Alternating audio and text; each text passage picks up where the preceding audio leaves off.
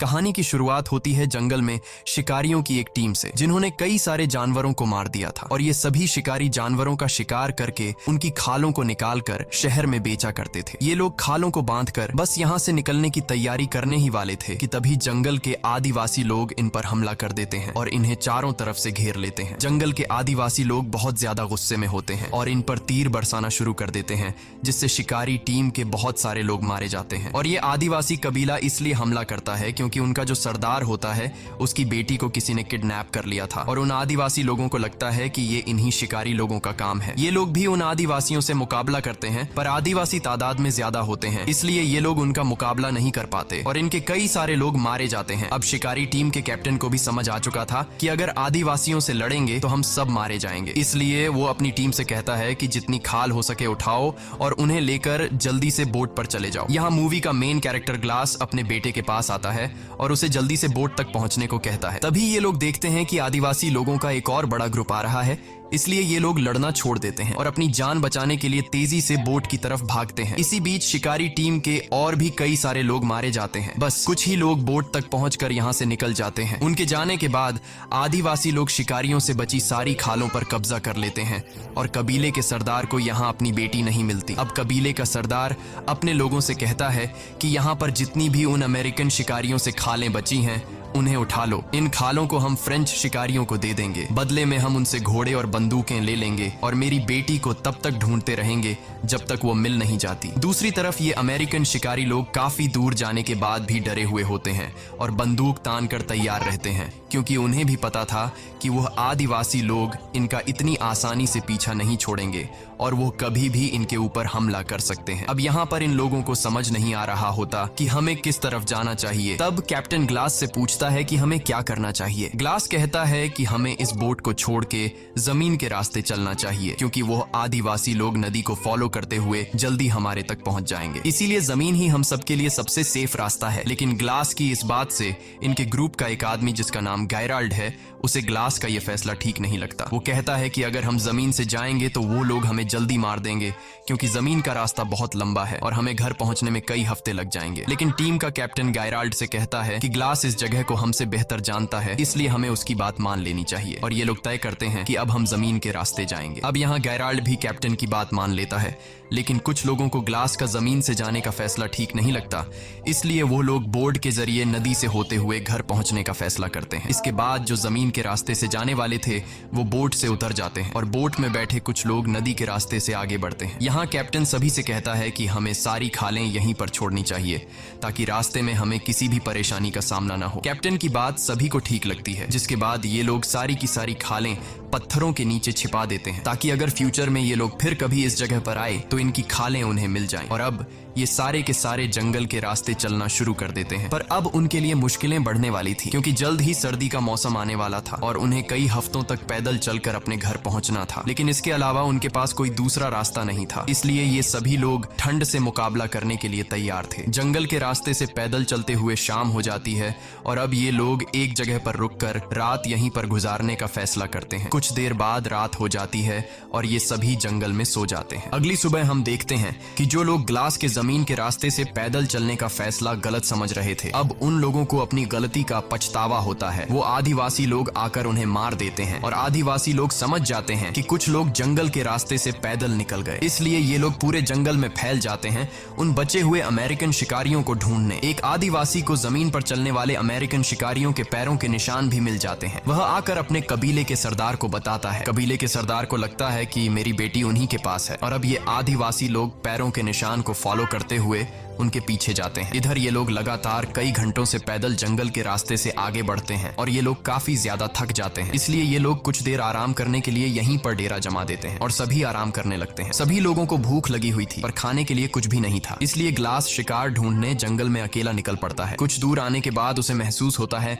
कि आसपास कोई है, इसलिए ग्लास बंदूक उठाकर रेडी हो जाता है और तभी उसे सामने भालू के दो छोटे बच्चे दिखाई देते हैं। इससे पहले कि ग्लास वहां से निकल पाता, तभी एक बड़ा भालू उस पर हमला कर देता देता है, जिससे ग्लास के हाथ से बंदूक गिर जाती है। वो भालू ग्लास को उठा उठाकर पटकता है और ग्लास को बुरी तरह से जख्मी कर देता है। अब ग्लास कुछ भी नहीं कर सकता था, इसलिए वो आराम से जमीन पर लेट जाता है। ग्लास जब शांत होता है तो भालू भी वहां से जाने लगता है, लेकिन ग्लास शिकार पाने के लिए किसी तरह करके अपने गन के पास पहुंचता है। तभी वो भालू दोबारा से ग्लास पर हमला करने के लिए आता है। ग्लास जल्दी से बंदूक से उसे गोली मारता है, पर वह गोली भालू के सर में लगने के बजाय उसके गले में लग जाती है, जिससे भालू अब और ज्यादा चिढ़ जाता है और अपने पंजों से ग्लास के गले को चीर देता है। लेकिन भालू रुकता नहीं और वो ग्लास के पूरी बॉडी को बुरी तरह से अपने पंजों से काट देता है। गोली लगने की वजह से भालू भी कमजोर हो चुका था। ग्लास अब किसी तरह करके चाकू निकालकर उस भालू पर कई वार करता है, जिससे ये दोनों ढलान से लुढ़कते हुए नीचे गिर जाते हैं, जिसके बाद वह भालू भी ग्लास के ऊपर गिर जाता है। लेकिन भालू मर चुका था और ग्लास भी लगभग मर ही चुका होता है, क्योंकि भालू ने उसका गला पूरी तरह से फाड़ दिया था और इसकी पूरी बॉडी पर गहरे जख्म थे। ग्लास बहुत ही ज्यादा तकलीफ में था। ग्लास ने जब भालू पर गोली चलाई थी तब गोली की आवाज उसके साथियों ने सुन ली थी, इसलिए ग्लास के साथी उसे ढूंढते हुए वहां पर पहुंच जाते हैं और वो देखते हैं कि ग्लास के ऊपर भालू गिरा हुआ है। वो बड़ी मुश्किल से भालू को उसके ऊपर से हटाते हैं और ग्लास को अपने साथ ले जाते हैं। अब उनमें से एक आदमी ग्लास के घावों को सीना शुरू करता है। दर्द के मारे ग्लास का बुरा हाल हो गया था। उसका गला बुरी तरह से कट चुका है और उसके पूरे बॉडी पर काफी गहरे जख्म हैं। ग्लास के जख्मों को देखते हुए ये लोग समझते हैं कि ग्लास अब जिंदा नहीं रह पाएगा और कुछ ही घंटों में उसकी मौत हो जाएगी। दूसरी तरफ आदिवासी कबीले का सरदार अमेरिकन शिकारियों से जो खालें बची हुई थीं, वो इन खालों को फ्रेंच शिकारियों को दे देता है, जिसके बदले वो उनसे बंदूकें और घोड़े ले लेता है, जिसका मतलब इन अमेरिकन शिकारियों यानी ग्लास और उसके साथियों के लिए मुश्किलें बढ़ने वाली थीं, क्योंकि इससे पहले ये आदिवासी तीर कमान से हमला किया करते थे, लेकिन अब आदिवासियों के पास घोड़े और बंदूकें भी आ गई थी। अब ग्लास बुरी तरह से जख्मी होने की वजह से चल नहीं सकता था, इसलिए ये लोग ग्लास के लिए लकड़ी का एक स्ट्रेचर बनाते हैं। वो ग्लास को उसके ऊपर रखते हैं और आगे बढ़ना शुरू करते हैं। इस तरह से ये लोग बारी बारी से ग्लास को उठाते हैं। ये लोग ग्लास को काफी दूर तक ले आते हैं, पर आगे का रास्ता बहुत ही मुश्किल था, क्योंकि आगे एक ऊंचा पहाड़ था जहां से इन लोगों को गुजरना था। ये पहाड़ी रास्ता इतना खराब था कि वहां से अकेला आदमी भी ठीक से नहीं चढ़ पाता था, इसलिए ग्लास को यहाँ से चढ़ाना नामुमकिन था। ये लोग फिर भी कोशिश करते हैं, पर ये लोग ग्लास को नहीं चढ़ा पाते। तभी उनका जो कैप्टन होता है वो अपने एक आदमी को बोलता है कि ग्लास के मुंह पर कपड़ा रखो। दरअसल वो ग्लास को गोली मारने वाला होता है, क्योंकि उसको लगता है कि ग्लास तकलीफ से गुजर रहा है और वैसे भी ग्लास अब बच नहीं सकता। ग्लास दर्द से तड़प रहा होता है और उसको यहाँ से घर ले जाना लगभग नामुमकिन है। कैप्टन ग्लास को मारने ही वाला होता है कि तभी ग्लास का बेटा सामने आकर बोलता है कि ऐसा मत करो। कैप्टन को उस पर तरस आ जाता है और वो ग्लास को गोली नहीं मार पाता, क्योंकि ग्लास की वजह से ये सभी जिंदा बचे होते हैं। कैप्टन वहां पर मौजूद सभी लोगों से कहता है कि जो भी 2 लोग ग्लास के मरने तक उसके पास रुकेंगे उसे गांव वापस आते ही $70 दिए जाएंगे। कैप्टन कहता है कि ग्लास ने हम सबकी मदद की है और कैप्टन चाहता था कि ग्लास को नेचुरल डेथ मिले और जब ग्लास मर जाए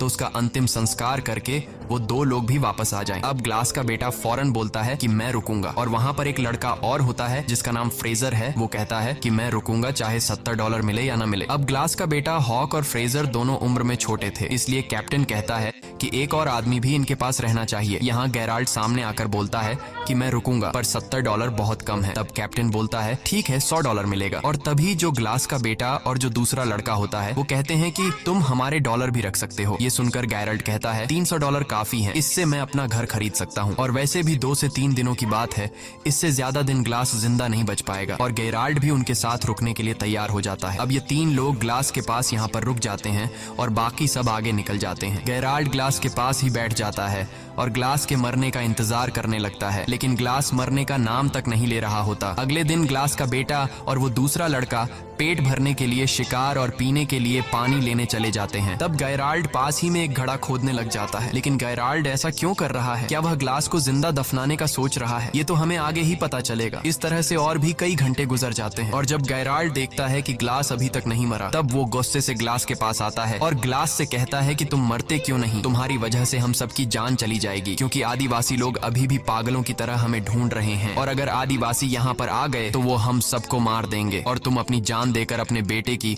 और हम सबकी जान बचा सकते हो। अब गेराल्ड ग्लास से कहता है कि अगर तुमने अपनी पल के नीचे झपका ली तो मैं समझ जाऊंगा कि तुम मरने के लिए तैयार हो। ग्लास बेचारा काफी देर तक कोशिश करता है कि उसकी पल के न झपके, लेकिन तब गेराल्ड उसे कहता है कि मुझे लगता है कि तुम अपने बेटे को भी नहीं बचाना चाहते। ग्लास गेराल्ड की बात सुनकर अपने बेटे को बचाने के लिए अपनी पल के नीचे झपका देता है। ये देखकर गेराल्ड ने उसके मुंह में कपड़ा घुसाकर उसकी सांस रोक दी और ग्लास अब तड़प कर मर रहा होता है। तभी ग्लास का बेटा आकर गेराल्ड को बंदूक से पीछे धकेल देता है। ग्लास का बेटा गेराल्ड पर बंदूक तान देता है और उसे मारने की धमकी देता है। गेराल्ड उसे समझाने की कोशिश करता है कि मैं ऐसा क्यों कर रहा था, लेकिन ग्लास का बेटा उसकी कोई बात नहीं सुनता और चिल्लाने लग जाता है, जिसके बाद गेराल्ड ग्लास के सामने ही उसके बेटे को पेट में चाकू मारकर मार डालता है। ग्लास का गला पूरी तरह से कटा होता है, इसलिए वो चिल्ला भी नहीं पाता। वो सिर्फ अपने बेटे को मरता हुआ देखता है और गेराल्ड उसके बेटे को उठाकर दूर एक जगह में छिपा देता है ताकि जब वह तीसरा लड़का वहां पर आए तो वह इसे ना देख पाए। कुछ देर बाद जब वह लड़का वहां पर आता है,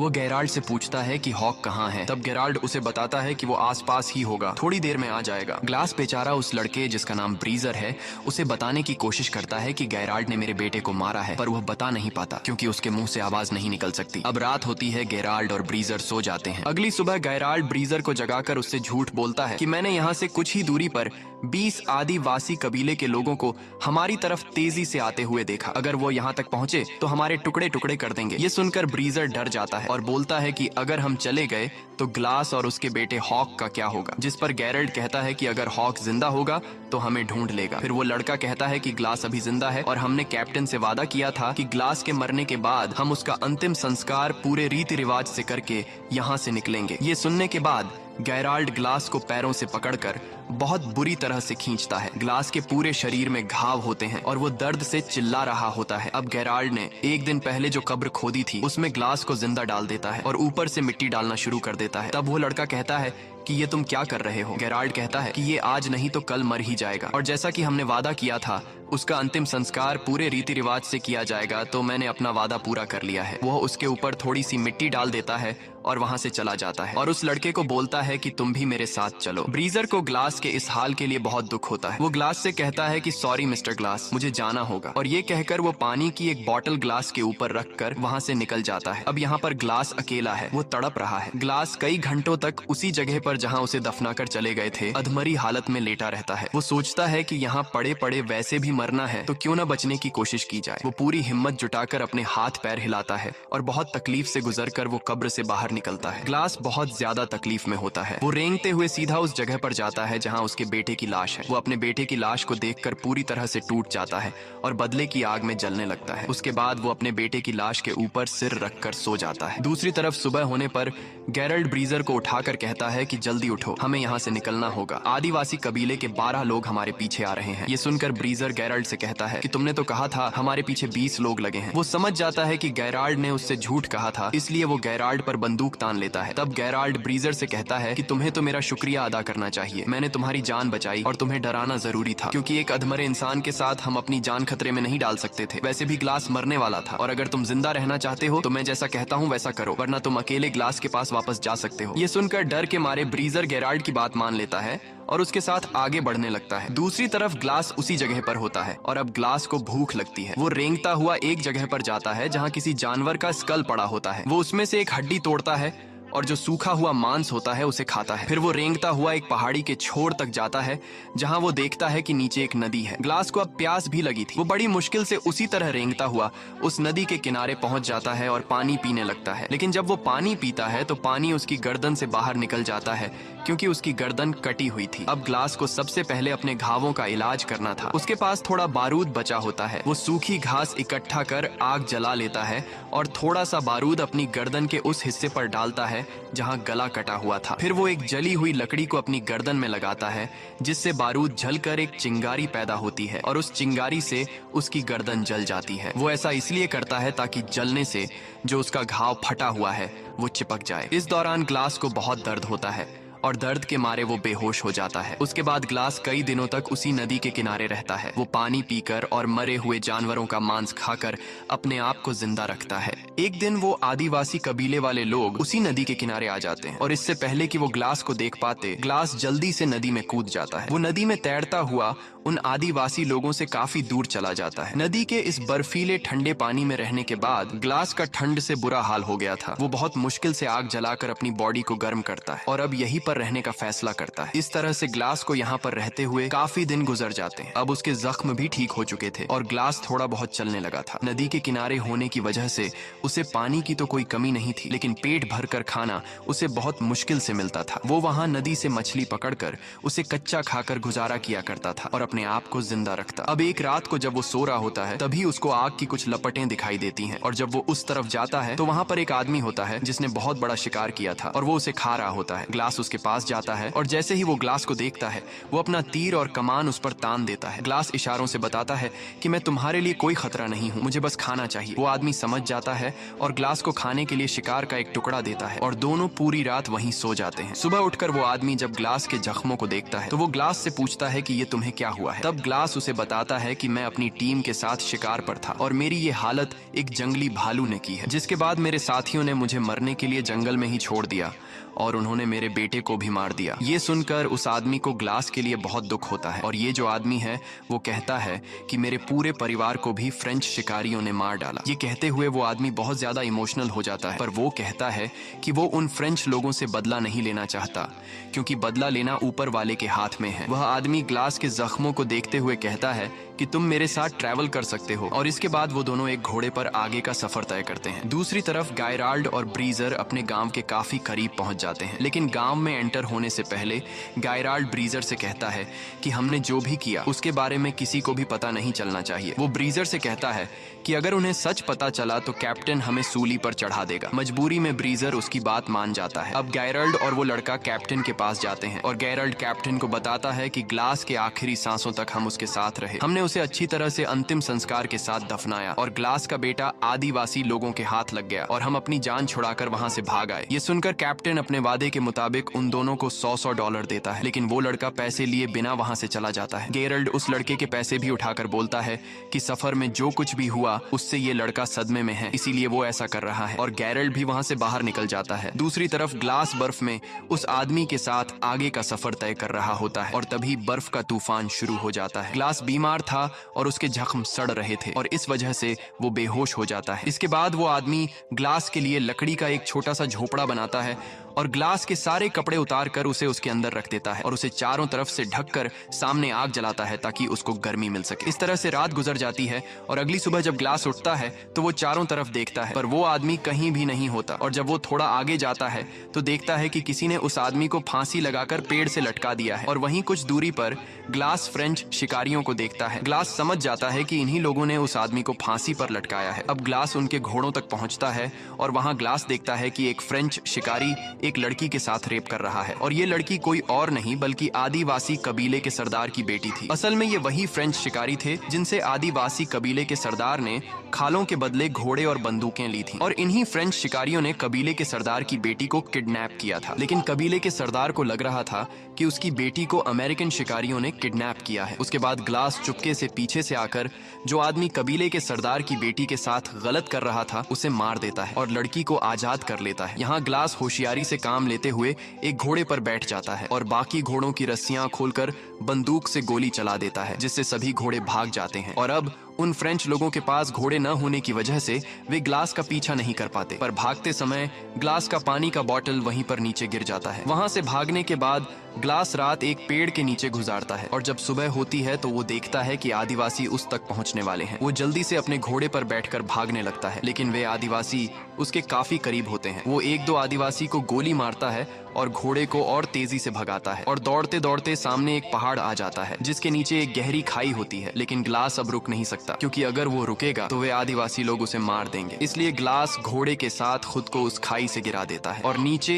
एक पेड़ से टकराता हुआ सीधा बर्फ में गिरता है। घोड़ा डायरेक्ट नीचे छोटे चट्टानों पर गिरने से मर जाता है, लेकिन ग्लास अभी भी जिंदा है क्योंकि वो पेड़ से टकराते हुए बर्फ की मोटी परत पर गिरता है। पर उसकी हालत अब काफी ज्यादा खराब होती है। तभी वहां तेज तूफान आता है और ठंड बहुत ज्यादा बढ़ जाती है। अब अगर ग्लास ने अपने लिए कोई गर्म जगह नहीं ढूंढी तो वो ठंड में जमकर मर जाएगा। अब ग्लास ठंड से बचने के लिए घोड़े के पेट को काटता है और उसके अंदर से सभी पार्ट्स बाहर निकालता है और रात को वहीं सो जाता है क्योंकि वो जानता है कि अगर वह बाहर रहा तो ठंड से मर जाएगा। वो किसी तरह पूरी रात उस घोड़े के पेट के अंदर गुजारता है। सुबह जब वो उठता है तो वो देखता है कि मौसम अब नॉर्मल हो चुका है और एक बार फिर से वो अपना सफर जारी रखता है। वहीं दूसरी तरफ हम देखते हैं कि जहां पर ग्लास को पहुंचना है वहां एक फ्रेंच शिकारी आता है और वह अमेरिकन शिकारियों से मदद मांगता है। ये लोग उसे अंदर ले आते हैं। कैप्टन उससे पूछता है कि आखिर तुम्हारे साथ क्या हुआ? तो वह आदमी बताता है कि एक आदमी आया था जिसने हमारे कैप्टन को मार दिया और फिर उसने हमारे सभी घोड़ों को आजाद कर दिया। असल में यह आदमी ग्लास की बात कर रहा था और जो आदमी कबीले के सरदार की बेटी के साथ गलत कर रहा था